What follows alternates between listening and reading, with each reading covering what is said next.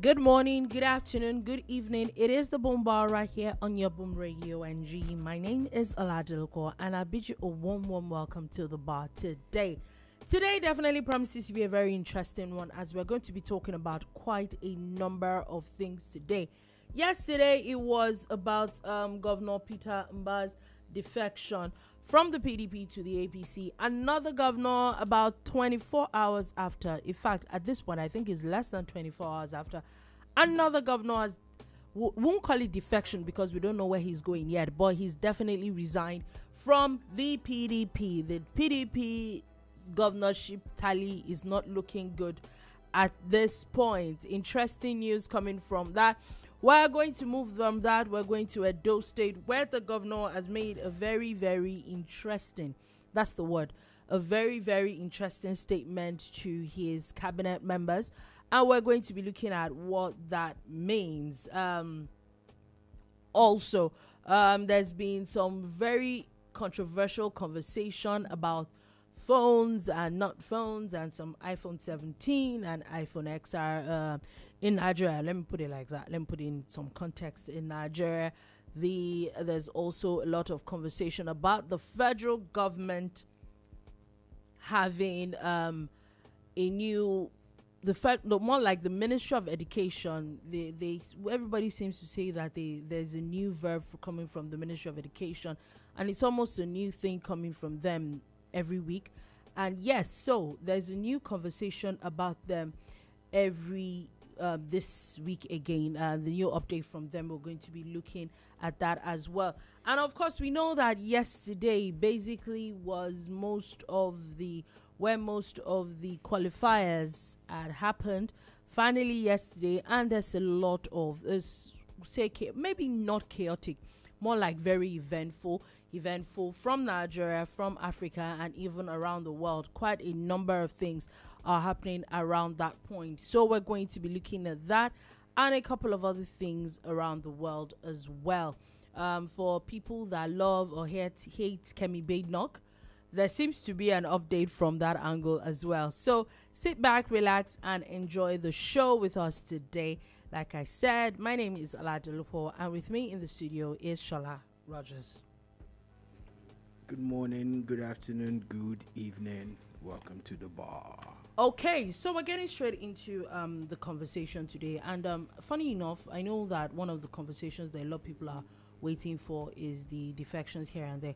But I actually wanted to talk about something from the Ministry of Education first. And I think this actually I'll say, affects everybody or a lot more people in general. And this was the announcement yesterday evening that mathematics is almost not compulsory for students that are going into university to study the arts or humanities. So according to them, or according to the Ministry of Education or the minister, they're saying that the making maths being a compulsory subject, as if we're looking at data, has really made a lot of people get held back over the years because you have to pass it to get into university. But if you really do not need it, then there's no need. Now they're saying going forward that English will be the only compulsory subject all around. Every other thing would have to be picked according to the course that you are intending to go and study in tertiary institution. I think that's a fantastic decision by the Ministry of Education. It's something that I've actually all my life, and I know a lot of us here in the studio would also think this way, that there's certain things that need to be done to our curriculum. A lot of things are outdated, a lot of things need to be upgraded and changed, and I think this is one of them.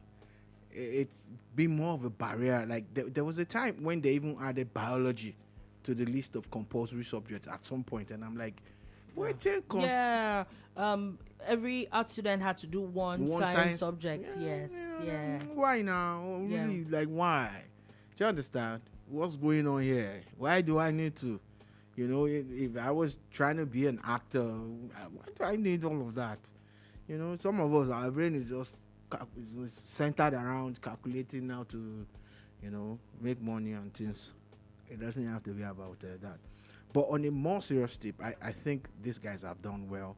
Looks like this Minister of Education is on a mission. Like he has some kind of roadmap. I'm happy, and it's shaping up to be something good. Because if you go dig into old conversations, people had always wondered, why does an art student compulsorily need to? I'm not saying that you should not have knowledge of it. I'm not saying that you should not even maybe study mathematics up until your exam time, but it doesn't have to be a prerequisite, for you to enter university. So even if maybe you fail it, it's not okay. I get your point. Now, if going on social media between yesterday and today, there's been a lot of for and against, and a lot of things that a lot of people are saying against it is that mathematics in itself helps you develop your logical thinking. Again, so maybe they didn't look at it the angle that I looked at it. I'm not saying scrap it. I'm not saying that art students should not take mathematics as a course. I'm saying it should not be that thing that keeps them from getting into uni. Even in uni, when they are doing their GSTs or their GSN or whatever tag that there is, you can still bring in elements of mathematics and all of that. But it's not meant to be a prerequisite to graduation. It's meant to be something that just gives you extra knowledge. That, okay, at least I studied this in school, I can handle this. Okay, so now if we look at it from that angle, take for example the angle that you said. So in uni, I think it was called GES. Now, because I was a science student, I remember doing African culture and civilization and philosophy and logic. Now, for people that maybe went to University of Ibadan, it was not just need to know. It was somewhere up to 4 unit courses, and they were compulsory. Yeah, you had to pass them. Yeah, as a science student, what African culture and civilization was not even bad though. It was kind of relatable. Then when we started doing philosophy and logic, like why? Yeah. You literally will be like, why the hell am I here? What am I doing with this? So philosophy and logic was also part of our GSTs, and I loved it. Argumentum ad bacum, argumentum ad populum. So, now this was a core course for people in philosophy. I was in languages and literature, but I loved it. I could argue and say that maybe because you were in the arts, it was understandable. The more reason why was because I'm coming from a background of maths, physics, chemistry. What I'm doing has to make sense. There has to be an observation, inference, all that. 1 + 1 has to be equal to 2. Now you're not giving me literally things that defy logic because it did not make any sense to me. If we look at it from that angle, are we now also now going to say that why, if I had to do that as an art student, why can't an art student, I had to do that as a science student, why can't an art student suck it up and just get around with maths? So, again, we're looking at 2 levels of education. We're looking at tertiary and secondary. At secondary, this decision was taken at secondary level. Yeah. At tertiary, you're expected to learn a lot of things. Your knowledge is supposed to be broad. You get. And if that tweak has to be done to even favor science students, it should be done. It's about changing things to make life easier for the students. Remember that the same minister has said that they are reducing the number of subjects that people would register for. He said that. So it's all part of it. Like, for instance, there are times when I saw my niece, I saw her bag a few weeks ago, and I was like, what's this? It's like the mother was like, this is all she has to carry to school today. That this is what she took to school. The books that this Form 1 girl had are more than secondary. Yeah. GSS 1, nobody uses Form 1. Okay. Just wanted to put that. Same thing. No, it's not. Okay. GSS 1 girl had. Thank you. Yeah, I'm not too big to be corrected, especially when it's a generational thing, So let me get with the Gen Zs and Gen whatever Dolupo is. Call it whatever it is. You know, so, but thank you for that correction, really. So, but on a real, hardly would you find a uni student that will carry that many books to school in one day because of the way the schedule has been done. You know, at times in a day, you probably have 2 or 3 courses in uni. Yeah. Which uni did you people go? No, now. There are days I like... kid you not. No. There are days like that. There are days like that. One course 2 or 3 hours, the other one 1 or 2 hours, and that's it. There are days like that. But did you ever carry a travel bag of books to school compulsorily as a university student? I always had a school bag. Look, let's get real. I'm saying I see people who their notebook is rolled up and is in their back pocket, and they're going to take all the notes that they need for the day. You know the funny thing? Do I not see? To be honest, I think I grew up, especially on watching movies, seeing those things. But it did not apply to me. Okay, I saw it. No. I saw it, and it is real. Like, I will there's someone here that is nodding. He agrees. 4-hour practical but sessions. You didn't have to carry all your textbooks, did you? And I will have to still come back and have 3 other 4 classes. Did you have to carry all your textbooks? We didn't have textbooks. We had notebooks. Exactly what I am saying. Back to the matter. I'm saying, GS1 child is carrying so many books. I'm saying you are already loading their brain with too much. Okay. So now that the minister is talking about I hope that the private schools are listening. Because very soon now, the government-owned schools would follow that, circular, and they will now have fewer subjects. And this would help the students. We are loading these kids too much. So it's the same way I'm saying that, look, it's good to have basic knowledge of how to calculate money. I would rather you create a course that has to do with, understanding finance, understanding how to write an invoice, how to write a business letter. These are the things that people are lacking.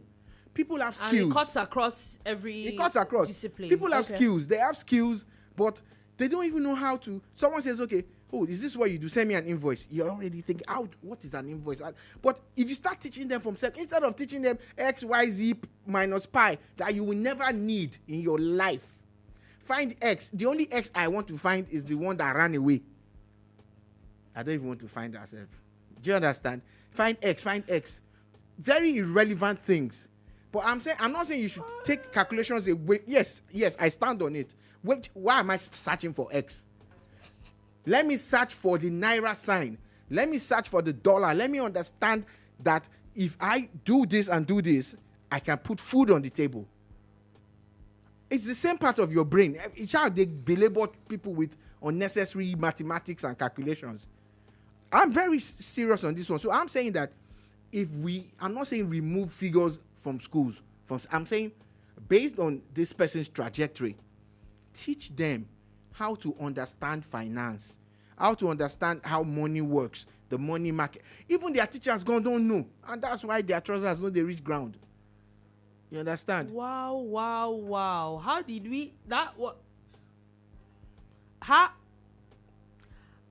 Sorry, Joe. Sorry. I'm literally... It's a slip of tongue. Sorry. Dumbfounded.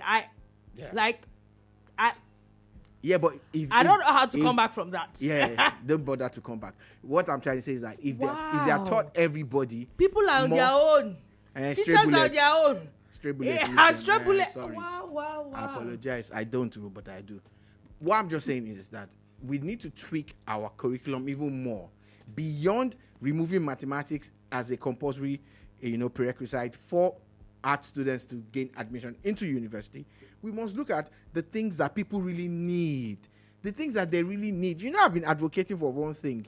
I like the Igbo culture of taking people to the market to learn how to trade early, then setting them up after working for you for a couple of years for free. Do you understand? I like that culture.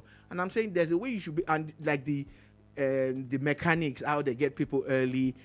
There's a way we can now bring some form of formal education into that system, so that you see, the mechanic will not continue to do guesswork. He would know that he needs a scanner, he needs an OBD2 machine and whatever. I'm just saying that we cannot continue to teach people the same thing that we've been and expect different results. You know, their grandfather used the same textbooks. Their father has used it. They are using it. Their children might use it. Then you expect them to excel. You expect them to compete with their mates from Japan who are already learning practical, things, not even theory, from primary school. I've seen those videos. And I'm like, wow. They're learning how to cook as primary school kids. You don't even let your kids into the kitchen. You chase them. Get out. Don't let oil touch you. I'm going to make oil touch you, make you learn. Let's get more practical. Anyway, I love what this minister has done. So we'll see. Looks like, according to the minister, there are a lot more reforms that are coming into the sector. The truth is that there's been something that is being clamored for years, that the Nigerian educational system needs a complete overhaul. Yeah. And little by little, looks like we're getting there. Now, before we leave the matter of education, the National Association of Nigerian Students has now issued a 7-day ultimatum to the federal government and ASUU to resolve their ongoing dispute and prevent another strike action that could disrupt the nation's academic calendar. So this was a statement signed by the NANS president saying that they are going to also protest if they do not sort out their issues in 7 days. It's almost as if we have come to a part where we do not want progress. You know, like some people have been wired for trouble. They have been wired that, if we no protest, we no go get what we want. If we no strike, we no go get what we want. Our students go day 2 years strike, no go day. Do you understand? It's almost looking like that's ASUU's motivation. Now, this is fighting talk from NANS, and this is what I expect from NANS. Because NANS, their job is to look out for the students, regardless of whose ox is God. But please, guys, make una no roll out yet. They are talking. At the beguna. I'm begging. But on the real, if they have to roll out, they roll out. NANS is saying they're saying that, like, this is the first time since 99 that there's 2 years of uninterrupted education in Nigeria. It's the first time. And what ASUU is doing will truncate that. So it needs to be sorted. Whatever it is that you want to do, please sort it out and sort it out. And federal government. If now to promote, let me speak proper English. If it's to remove some of the allocations going to the states, a fraction of it, to settle these ASUU issues, please do it. Or if it's that you will just completely disband the whole ASUU. Or sell the schools, oh. Come, that one's a deal. Maybe. Yeah. Maybe. Sell the schools. Look, I'm saying that there are some things that will happen that will make these unions irrelevant. I'm saying it. And that time is coming. Whenever there is strike in all the universities, do the private schools go on strike? Oh, yeah. Funny thing is, some of these lecturers are working in those private schools. Yes, that's what they do, so that they will cause trouble in so that they can have time to go and run their private God enterprise. Will punish people. It's alleged. It's alleged. Allegedly, God will punish you. It's not allegedly. It's not allegedly. The thunder that will strike you people. What? How did we get here? We got here because, are you serious? From 100 level to 400, I'm not sure that I actually ever went through a whole year without having a strike. Well, it happen, sha. Anyway, there's nobody. No, let me not say that. I like factual statements. But hardly would you find anybody that went to university from 1979 to 2023 that did not experience strike. And we're not talking 2 weeks warning strike that they are on. Now we're talking about months. Yes, now. The first one I ever experienced was second semester 100 level. It was about 10 months. Yeah, it was 10 months. So what's in it? Guess what? If you went to UI, it means that your holiday to 200 level is gone. We're supposed to write. In fact, we had started exams. So we had done 1 week of exams before strike started. They only gave. So you're resuming to exam. People failed there. Is that one that is even good? Two things. People failed and people came back with pregnancy. That's the one. What are you people doing? It's weather Like, for two. Weather for two. What? Weather for two. Where were you people going? Because What do you mean? I don't Some know. of those girls did not go home, and some of the boys too did not go So home. my question is, hold on. What do you mean by don't go? Where will I tell my parents that I am? Do you think their parents know that they strike? People that are still collecting. Look, Okay, Sha. I get do you your point. know? Because Do you know as that they are there was a announcing particular strike, my strike? mother is calling me when I come in. You think everybody is like your mother? There was a particular strike that lasted like 3 months. Mm-hmm. Of course, before strike happened, so all of us Lagos boys, we hit the road. We're going home, yeah. But those guys had sent you to their parents. You understand? Mm-hmm. You go. So when you get to Lagos, you have letters that you're dropping off for people. So when you're going back, you're picking up stuff from them. You're taking food stuff, money. That was the system that kept us alive in school, especially when you're schooling outside Lagos. So I have a friend who came to Lagos but didn't go home because his parents had sent money for that month. He used to get like 2 months or 1 month upkeep. So they had sent money. So when he came to Lagos, he didn't go home. If he had gone home, they'll be wondering, we just sent money to him. You get. So he stayed with our boys now for a while. Then when it was now time that they are called off the strike, he was still in Lagos. His parents thought he was in school. So he had to send one of us to go. We're resuming, not that they call off strike, we're resuming next week. I want to come and collect anything you have for XYZ. And I was like, oh, yeah. We're resuming. So during that holiday, where were you? No, they don't. See, we're resuming next week is maybe like they give us a 1 week break and he doesn't want to come home. He's a very, this is my guy, he's very studious. Meanwhile, Alaye they just down the street from my house, but reach house. They even come up for afternoon. I don't understand it. I get it. You don't have to understand. I'm just telling you that. Even what you will explain yourself what your daddy's family is keeping you You see, doing. you are making one mistake. The mistake you are making is that when there's strike in schools like UI that you went to, they shut down the hostels. Yeah, in fact, at the point they chase you out. Like, what are you doing? In a lot of the state-owned schools, people live in hostels around the school. A lot of people. So, you've paid for 1 year rent. Your landlord does not take 3 months that you are in school. You pay for 1 year rent, so you already have a house for the whole year. I get it that you have a house for the whole year. But after your parents, there's announcement that there is ASUU strike. What explanation do you want to give at home that is keeping you from not going home? So I'm saying to you that it's the same way people go back home and say they want money for project, and they get the money for project. Then go back and say they want money to buy the project. Same amount. No, it's that the same one way is kind of understandable. I'm saying that. I'm not saying the parents are illiterate. I'm saying that a lot of parents are not aware. A lot of the parents do not know what's going on. A lot. You see, some parents, let me tell you, there are some parents who would drive to their children's school, who would engage the lecturers, who would engage the students, who would check where their child is living. I know some people that for 4 or 5 years, they don't even know where their child was sleeping. They never got there. In fact, they never went to the school. You know, there were scenarios where people went to spend weekends maybe with their boyfriends and stuff, in hostels. You know, one of the things that always rang in my head was, my mother can literally drive down and be in front of your hostel and say, "Calm down." Exactly. You say you are. Again, I'm saying you're pointing out a 1 in a million scenario. You are pointing out a scenario where it's 1 in a million. You get. There are people who went to school. There's a guy that had graduated. There's a guy that had graduated, but told his parents that he had an extra year. Don't you want to graduate?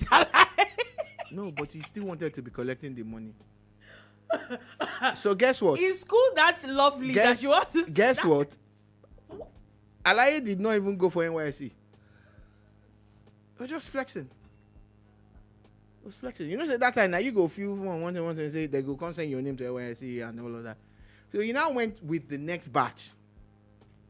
Forget now. You just did here. They talk your own world. There are things happening. No, with what you said now, I'm saying that I'm thinking back as how I really just wanted to get out of the system. Why you the hell do I But want that's to? you. Okay, a guy that had a shop in school and a pool joint that was making money. You think he wants to get out of the school? When they strike, you think that guy is happy? That guy is cursing. I get the point, which I think that it's a good scenarios. thing. It's a good thing that you have a business in school. So why not tell your... Now what for you? Sha? Anyway, I'm just telling you that there are it's several not making scenarios. sense, Sha, but- All of this, at least I'm not casting anything because it was 20, 30 years ago, so don't matter. And I didn't mention anybody's name. What I'm just trying to say in essence is that let there be this positive change, these evolutions that make. Why do you think that they keep changing certain things? It's because of some of these stories I'm telling you now. It's because of this now. Picture a scenario where parents give their kids money and say, "This is your school fees. Go and pay," and the guy doesn't pay. Oh yeah, I heard of that one. You heard. People really have liver. It's still happening till today. People have liver. It is Don't happening. Do that it is still because let me just use the rest of the money to go and buy my coffin. I say it is still that same thing is still happening till today. Now what for you? Or would I say maybe I never even got that opportunity because your school fees will be paid for you. I don't know if they still use tellers in banks now. They will not give you teller. You can take the teller to school because you will not even see the school fees. Let's even start from there. Anyway, interesting news talking about allocation. Nigerians, it has now been said that in about 7 months, Nigeria's 36 states shared about 4.43 trillion naira.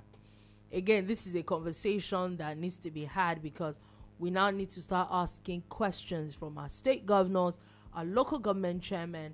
There's not like they weren't getting money before, or we shouldn't have asked them questions before. But now that there's a lot more money, there are no excuses. Everything does not stop at the bulk of the president alone. You have a whole governor that was elected. It was not appointed. You have a whole local government chairman in your area. You have a councillor. All these people get a lot more allocation than they used to get before. So we need to start having those conversations. How much money are these people gotten? And we need to even be tracking it. Where is the money? What did you use this month's allocation for? Those things need to be tracked from time to time. So this is one of the things where I'm going to take it back to education that we've been discussing. It's about knowledge. Everybody and their mama grew up thinking the president solves all problems. It's the president's job. If I'm hungry, it's the president's job. If the road in front of my house is bad, it's the president's job. Now, we had a course called government that time that we all used to do. You get? I think that We all? No, they all used to do it too. Okay. I was speaking for us that used to do it, all of us that did it. You say maybe art students. I never did. Okay, government. so thank you very much. we don't have time. So I agree with what you said. Can we move? Now, we had a course that we used to do, and it was called government. And it was basically meant to make you understand what government is. But, you know, when they're teaching you government by the people, for the people, and all of that, you're not really telling us the structure of governance. So I'm saying create education, create a subject that makes people understand the structure of governance and the constitution and their rights. And their rights. You know, so again, if you do this for kids from primary school and you scale it till secondary school, by the time many Nigerians graduate, when they start to leave, they would have understood that, man, my counselor is not doing anything at all. You will not hear them call president again. But the place where they will call president, they will call because they understand that this is a federal matter. Federal matter, yeah. So, my friend told me about how, a Nigerian guy told me about how it was at the airport in America, somewhere in America, and someone had a drink and threw the empty pack, you know, on the floor in the terminal. And someone was like, hey, you can't do that. Before the person could talk, a little child, maybe like a 4 or 5 year old child, went there, picked the pack, looked at the guy up and down like, and really made a few steps and dumped it in the proper place that it should be, and looked at the guy again like, without saying anything. Now, guess what? These kids are actually taught these things in school. They're taught that, oh, if there's a fight in your house, call the police. The part that if I'm beating one child, if I don't beat children, but if I do, you call police and scratch that one. Nonsense. So yeah, because you spare the road, you spoil the child. But there are certain things that they are taught. They are taught things that empowers them. Do you get what I'm saying? Mm-hmm. So the same curriculum that they are changing, they need to start looking at how to educate people at all levels to understand the structure of governance, their own rights as a citizen, and the things that they can say or not say, the things that they can do or not do. You know the joke that everybody says a lot these days is ascribed to Idi Amin Dada, the great dictator from Uganda. And it says, freedom of speech is guaranteed, but freedom after speech, yeah, you own an hour.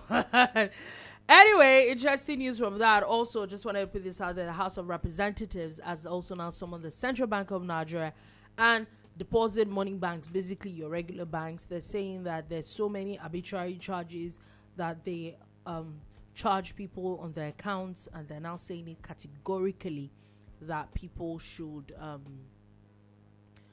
so they're summoning them to come and explain all these nonsense charges. So someone pointed something out to me, and I'm going to quickly talk about that. Is that that when they remove 60 kobo or 2 naira or 5 naira from your account and call it something maintenance something, and you look at it, you're like, well, it's just 5 naira. It's just 5 naira. But a bank that has 10 million subscribers, takes 5 naira in one day from those 10 million people. Do you know how much that 50 million naira in one day. In one day. Then they'll come back and anything. Say, card maintenance fund. Something pin code. So they made millions and millions. Yeah, they make money from those things. Per day. So the other thing is that we also know that government gets them to take some monies that they have to pay as fines and stuff. But if the House of Rep is really serious, we would really get answers to all these charges and actually get them to stop a lot of them. Most of these banks, they're not about banking. They're just storehouses for money. Banking is about me walking up to a bank with a proposal. Look, I'm a creative person and I want to expand my business. I want to scale my business. Too late. But when they tell you to bring a ham, a leg, and the beads from your ballet's neck and the crown from the king of your mother's village, how do you get this? That's not banking. We're not banking. They're just warehousing money. That's what they are doing. Anyway, there are quite a number of things that we're going to be seeing. We hope that the House of Reps gets anything out of this. But now let's move on quickly, because there are quite a number of things we're going to do. There's a lot of politics that we're going to be looking at. There's also World Cup qualification conversation, and this is not only Nigeria. There's a lot of records have been broken and all that. So we would definitely go through all that. But first, like I said, politics. So yesterday there was news that broke that the Enugu State Governor Peter Mbad moved to the APC officially. Yeah, there was a whole fanfare. There was a whole rally about it. Today there is also now an official statement from the governor of Bayelsa State. However, he has not told us where he's going. But there is a video out there already where he has now said him and his 23 lawmakers in the state, and I'm guessing his deputy governor as well, of all resigned from the PDP. Now, why I'm saying though, there are quite a number of things, because there's also conversation about even the Mr. Pitamba, and if he was not going according to the PDP, there's quite a number of things that they're saying from that. Also, just this afternoon, former Senator Ben Bruce has also now announced his defection from the PDP to the APC just this afternoon. Just this afternoon. You would not, maybe in case you were wondering, yes. But now, before we get to Bayelsa, let's still stay with Enugu. Yeah. Now, reactions from the PDP. The PDP, according to the spokesperson, is saying that one of the things is that they did not, they're really disappointed with Governor Peter Mbah's. In fact, some of the chieftains are saying that they did not see it coming. And in my head, I'm like, this, you can call it rumor or something, but the conversation has been going on for weeks, not even weeks, months. Jonathan, so how come you're suddenly just hearing it? Maybe that's your problem. Maybe you need to hear stuff more. Also, there's talks of also the spokesperson telling, and this is a normal thing that they seem to say now, that, election the 2027 is between APC and the people. Is that about the party? Saying to the president that these defections do not mean anything. But with a bit of breaking down that we did yesterday, are we saying that these defections really don't mean anything? Okay. So, honestly, I pity the spokesperson of the PDP. It's one of the hardest jobs that anybody can have now. You know, going from a party that ruled Nigeria for 16 years and said they were going to be in power for 50. Going by the party that used to say that, we're the biggest party in Africa. And they are the place where everybody's jumping ship now. Everybody.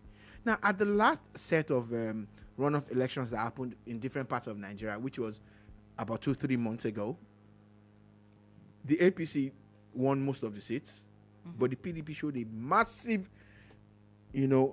showing. They had a massive showing. They had massive numbers. And it makes you see that, forget all this noise that other people are making, PDP is still the main opposition party in Nigeria. But if you're now losing governors, and not just governors now, we're talking about House of Assembly members, we're talking about Senate, House of Reps, you're losing them en masse. There's definitely something wrong with you guys. There's definitely something wrong. And it's down to one stupid move that you made at the last elections. I said this once, people have argued with me, but I'm going to say it again. You are the only party in Nigeria, I don't know of any other, that has that power rotation entrenched in its constitution, that says that power will go from north to south and south to north. Buhari might not be a member of your party, but your party also acknowledges the fact that you can't have 8 years of Buhari and still allow anybody from the north to contest within the PDP. I think that's where they missed it. If the PDP had followed their constitution, Peter Obi was in the PDP. He left when he saw that they did not cede or accede or agree to use that constitution when they allowed Atiku to contest. Allowing Atiku to contest shows that you were saying that you don't mind that a Buhari was there for 8 years and Atiku can also be there for 8 years if the PDP had won. And that basically destroyed your party because everybody from the south was disappointed. They're like, wait, remember that at some point, the people from the south will not contest because they knew that for that period, it was ceded to the north.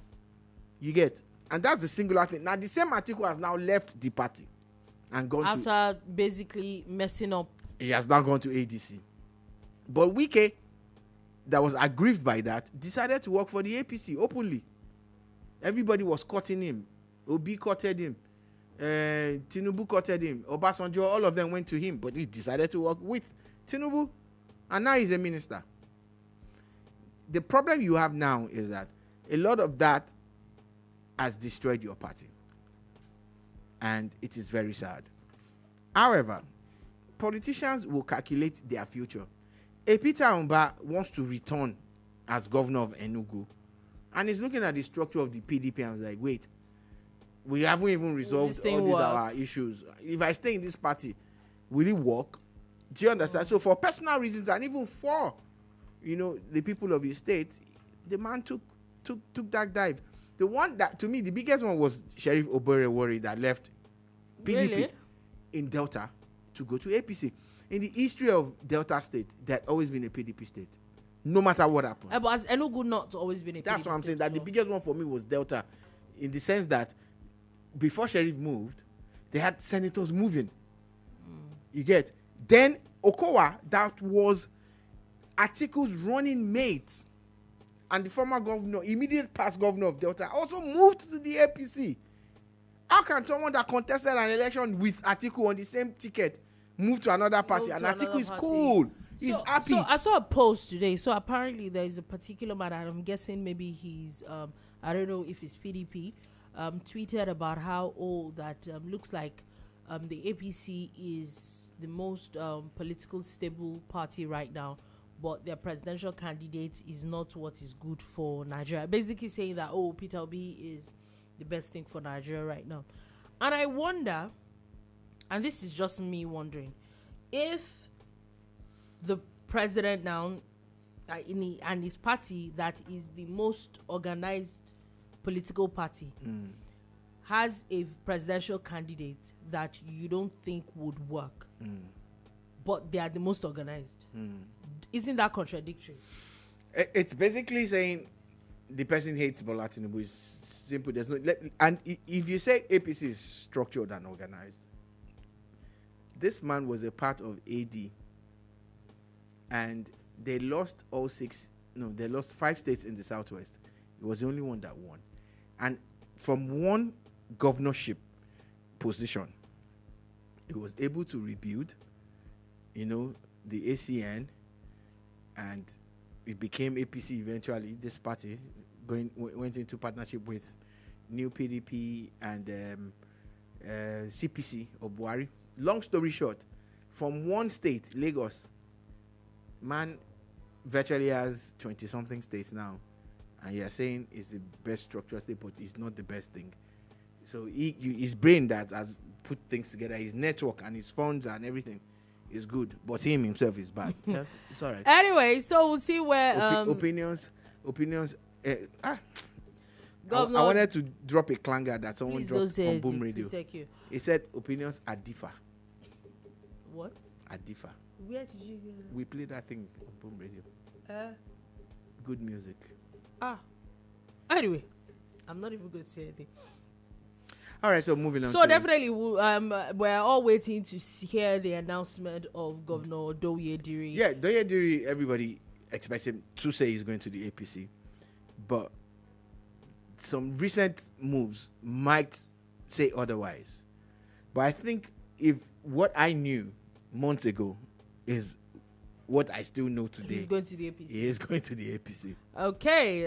There's also been talks of a lot of people moving here and there, but like I said, Bermuda Bruce has also now announced officially today that he's left the PDP. And he's also Bayelsa, just like Douye Diri. Oh, okay. I just said I should point that out. It might not mean anything. Okay. Those things. Not. What do I know? When we see those things mean a lot. A small children. They seem to mean a lot. Also, the ADC has now opposed the National Assembly's proposal for early general elections. And what's their stance on it?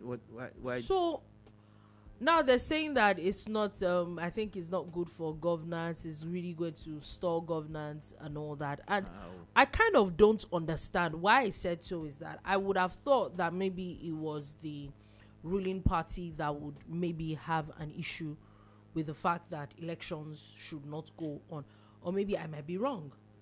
Well, they might have a point. I'm not going to knock an idea until I hear it. Because at times, it's almost like as if you're not careful, you're just opposing it just because it's coming from, do you understand? Maybe the National Assembly or something, not because it's really rooted in a lot of common sense. Sorry, but so they're saying that according to them, that it will shorten the effective period of governance and basically plunge the country into a perpetual campaign cycle.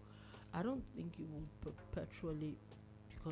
It actually reduces the campaign cycle because elections used to be held in February and March. And so that's another almost. So now, if elections are held a year before in November, that reduces. You're done with that quickly and move on. What are you talking about, son? What are you talking about, son? So this is where I'm going. I know that, you're opposition, but really and truly, at times, are we really just opposing just because you're opposition or because it makes sense? But what do I know? I just wanted to put that out there as part of politics gist. Now, moving on from that, but before we leave politics here, let's talk a bit of politics in Edo State. Yeah. So Edo State Governor there's a video actually. Look not at my about- face it's not already. allegedly. Am I smiling? There's a video where the man has talked about how he probably would be disappointed if his executive council members, that means his commissioners, come to meetings without having the signature Ashiwaju cap.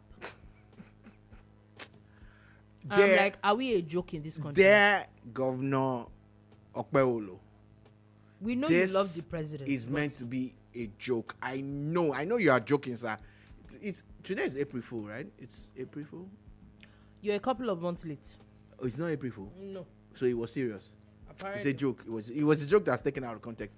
Why would you mandate that your commissioners wear something that has Tinubu's personal logo to come to do official government work? Don't you guys know where to draw the line between politics and governance? And you have to say some things. See, I feel that even if some things pop in your head, because we're all human beings here, and at times that rush of blood. Some things pop in your head, and you're like, no, you should be smarter. Governor, will this cap make you do more roads? Will it make you build more schools and hospitals? So at times, like I always say, at times when things pop in your head, before you blot it out. And I'm not saying governor, I'm just saying generally. It's a general thing that I see. Like people should consult their brain. She's not calling like consult your brain. Like, hey brain, does this make sense before I say it out? You know what? A quick tip for the governor's PR team. Listen to this. You just come out and say, that the governor was joking with his people. It definitely has and to the be video. A joke. It definitely has to be a joke. No, that's the only way you can come out of this. I'm giving you free spin, because as a spin doctor, we don't help you analyze them. It can never be that a governor is serious and is telling, let us even be lighting up. So let's hope that it's a joke. No serious governor will say that now. And Governor Okpebholo is a serious governor. I'm not even sure the owner of the logo would even say such a thing. He said it too. He didn't mean no. Don't let's say he didn't say it. He said it. He didn't say it like that. Whatever context it is another conversation. Generated. But no. Is that one I will not take? Governor, I beg. I will not take that. Please stop this nonsense. Stop anyway, before we leave the matter of politics, we're going from Nigeria, we're going all the way to UK. So, the Nigerian that Nigerians love to hate. No, Nigerians don't love to hate Kemi bad enough. She's the one that hates Nigeria. We were just sitting on our own and Stray Bullet came to meet us. She's the one. Please take it back. Your intro is very, very faulty. She's the one that comes for Nigeria. Nigeria does not go for her. Nigeria did not wake up one day and say, Kemi, we don't like you. No. She's the one that started talking down Nigeria. The Tory leader, Kemi Badenoch, has now seemed to be undergoing serious political turmoil. Yeah. As her party is now rejecting a bid to lead them into the next UK election. Sorry. So she's now going to decamp. Maybe she'll move to the APC. It's the first time they will reject somebody. I don't feel bad for her. I know. I read the story. Didn't we really see this coming? Yeah. I don't feel bad for her because she went to town painting Nigeria bad all the time. You are not contesting for president of Nigeria. You are contesting for prime minister of UK, but you're always talking down Nigeria, Kemi. Next time, this is village people. You said that they stole your brother's shoe in Nigeria. Somebody bought a brand new shoe for your brother. This shoe that they stole was in 80 something ago. They bought brand new shoe for you in 2024. You are still talking down Nigeria. Nigeria police did that. Okay, yeah. Oh yeah. Face your party members now. Face the Tories. No, they will still use Nigeria. She will still use Nigeria to. Mate. Did Nigerians bribe the Tories to kick you out? Anyway, no, she's not been kicked out yet. Maybe I'm always ahead of everybody, no? She's not been kicked out yet. Will not be in charge at the next elections. Bye, Kemi. Sorry, but not sorry. God. Anyway, moving on from that quickly, Kenya president has announced a 7-day national mourning for former Prime Minister. Does it mean it? Raila Odinga. What?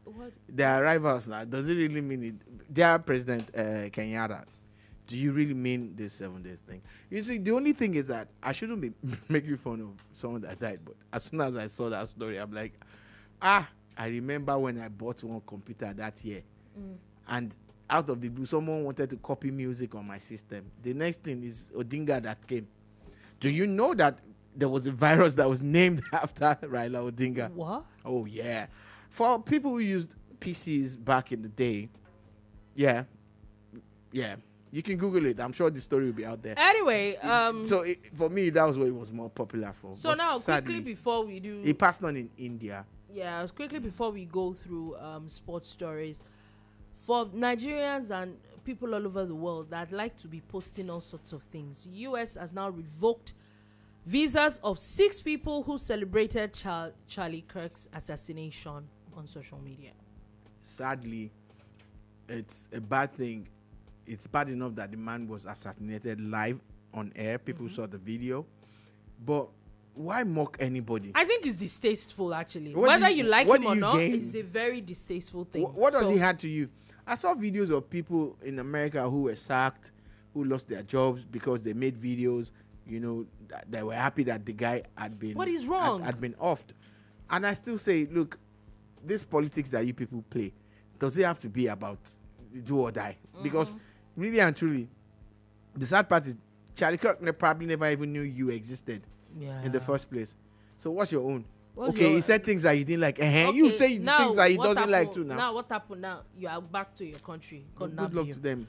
Anyway, so quickly before we go, 2026 World Cup qualifiers. It was a roller coaster yesterday. It was especially for Nigerians. That was a scoreline that nobody saw coming. In fact, some people had bet. I think I saw it on social media where someone had said it was going to deactivate his account, saying that there's no how the Super Eagles was going to beat Benin Republic 4-0. Now, I saw it today. Now, the person is literally begging people and saying that he's sorry. He just never thought it was ever going to happen. Why do you say things that you don't mean? Why do you... Look, we will report you to X until they shut down your account. That's a terrorist move there. But you see, a big shout out to only one man. I know that a tree does not make a forest, but a big shout out to Victor Osimhen. Victor had a dream, he had a vision, and he knew that he had to go crazy on them. And he did it. You see, goals win games. And the best part is when you refuse to concede. Now, the playoffs is a lifeline for Nigeria. We shouldn't be in this position in the first place.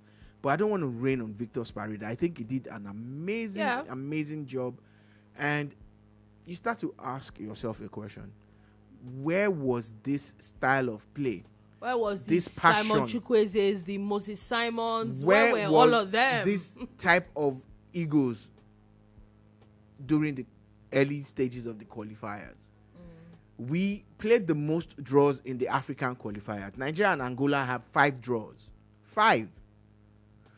Benin Republic and South Africa in Group C that we are in won more games than us. It should not be like that. Nigeria was placed in that group as the top seed. Nigeria was there. Like A, B, C. You were there as the top seed.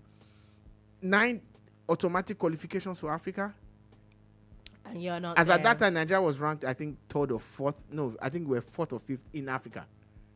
Which, by ranking goes that we should have qualified as top in the top 9. Top 9, exactly. But now we have to go this route. And it's funny. We have to play playoffs in Morocco, hosted by Morocco. It's a mini AFCON that we're playing in November. We would play Gabon. Gabon, yeah. I think November 13th. Cameroon will play Congo DR. The winner of Congo DR versus Cameroon will play Nigeria. Sorry, we'll play Nigeria, the winner of Nigeria Gabon, which will be Nigeria. Okay. And Nigeria versus Cameroon, most likely. In my own, and I could be wrong, but whoever wins that game will now represent Africa at the global playoffs. The global playoffs will have 6 countries. Bolivia and New Caledonia have already qualified. There are 4 more. In March, most likely somewhere in Mexico. That's where they're going to play. I think 2 stadiums. So there will be 2 rosters. Now, the 4 least ranked teams will play against themselves, and the two most or highest ranked teams will now wait for those ones to knock themselves out. The winner of the first game will now play the highest ranked team in this side, and the winner of the second game on this side will. What that basically means is that the winners of those two games, of the second games, will now go to the World Cup. So, plus or minus, Nigeria will play. If Nigeria gets to go beyond Africa, we'll play at least within now and that time 3 to 4 games. Yeah, between 3 to 4 games. So that's the. So it's interesting. That's the road to. It's quite a long roadmap at this point. But still talking about the qualifications, Malaysia has now appealed suspension. So with this FIFA, with this World Cup qualifiers, they are gotten suspended. 7 of the players got suspended, and I think they even got fined right now. Now they're appealing. Why? They're saying that FIFA realized that 7 of these people that claimed to have parents or be born in Malaysia were actually never even born there or do not have any relations to Malaysia to be able to play for Malaysia. It's wrong. It's just like club football. This is country. Club football, you can buy players. Mm-hmm. You get. In fact, there was a time in Italy you could only bring in 3 foreign players. You get. So we're not talking about a national team that has 7. Yeah, 7. Abba. 7 of them. Anyway, still talking the qualifiers, records that were broken. Of course, who else but Cristiano Ronaldo and Lionel Messi? Isn't it time you all just retired? Nope. Like, at this point. No. And you would think that, no, Cristiano Ronaldo has officially now become the all-time top goal scorer in World Cup qualifiers. Also, Lionel Messi is now the one with the highest, most international assists in history. What is wrong with you people? You know, many years ago, I had this soccer video game, and I bought Messi and Ronaldo and put them in the same team. Yeah. And I always hoped and prayed and wished that one day these two guys would be. So, Messi with the most assists, Ronaldo, just picture. What is wrong with you people? Like, come and be going home. You know we can pull it off though. Let people shine. Like, let other people shine at this point. Team Messi and Ronaldo versus because the way they are going, World Cup is next year. These people will play World Cup again, no? They are going to the World Cup. Oh, you didn't know that these two are going to the World Cup? It's a given, no? The reason why they are still playing is because of this World Cup. Now, what are you? Like, what are you people doing now? Next come story, and be going home. Congratulations to Oruru and Messi. Like, just come and be going home. Anyway, before we go, I think we still have like about 2 minutes. There is gist, though. There is gist. People that are converting iPhone XR to iPhone 17, and they are now insulting themselves, putting their nudes on the online, and say that somebody is scamming somebody. My first question is, why do you feel the need to pay money to change an iPhone XR? You must really be dealing with some major self-esteem issues. That you save up money to convert an iPhone XR to buy a phone that is iPhone XR, it converts it to iPhone 17. What are we doing to ourselves? You know, some people said fake it till you make it. It's their own mantra. On the other side, we live in a world where everything is for the gram now. Everybody has to show off. Everybody, you know, people. I went to this very expensive restaurant. I was invited. They carry me go. No, be my money. You know, and I can tell you that I started observing that some people even came with ring lights. Oh yeah. I've seen that a couple of places. They come with professional videographers now. I've seen that a couple of places. To hang out, though, they're hanging out. It was hanging out. You know, so everybody wants to show off on social media. And one of the things is you want to show people that you're doing well. How do you know that you're doing well? Your car, your phone, your hair, your perfume. You know, all of those luxury items. They are luxury items. Because really and truly, if it's just to make a phone call, you don't need more than a 200,000 naira phone or 100,000 naira phone.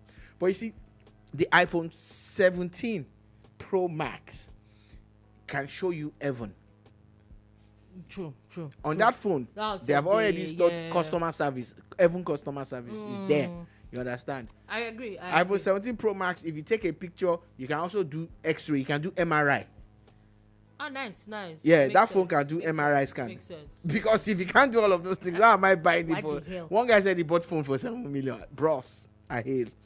Not be say people not get that money, but there are a lot of rich people that will never buy a phone for that much.